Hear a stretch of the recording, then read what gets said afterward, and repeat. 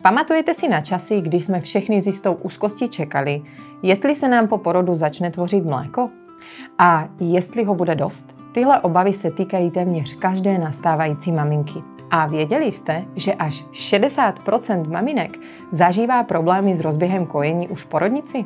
Ale nebojte sa, máme pre vás šetrné a bezpečné riešenie. Ricinus communis 5CH, homeopatický lék vyrobený z rostlinného zdroje, je ideální pro maminky, které chtějí zvýšit produkci mateřského mléka. Je vhodný ve všech situacích, kdy je potřeba rozjet laktaci. Zejména tedy po přirozeném porodu, po císařském řezu, během laktační krize nebo po vícenásobném porodu. Môžete ho spokojným svedomím užívať aj súbežne s ďalšími prípravkami na podporu laktácie a čo je najdôležitejšie, nemá žiadne známe vedľajšie účinky. Jedno veľké balenie obsahuje 3 tubičky za výhodnú cenu, ktorá je približne 11 eur, teda necelých 280 českých korún. Dávkování je jednoduché. Užívá se 5 granulí 2 až 5 krát denně. S nastupující tvorbou mateřského mléka se pak intervaly cucání granulek prodlužují. Ty se snadno nasypou z dávkovače přímo do úst, což je jednoduché, hygienické, bezpečné a cenově dostupné řešení pro každou maminku. A viete čo?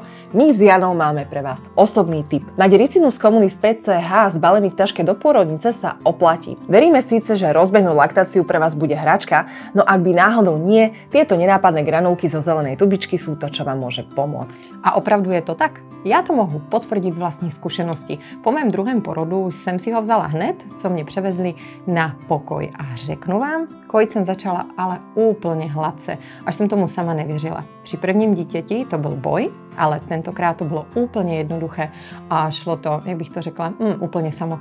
To sa veľmi dobre počúva. Navyše je Ricinus communis 5CH úplne jednoduchý na užívanie a cenovo dostupný, čo určite poteší každú z vás.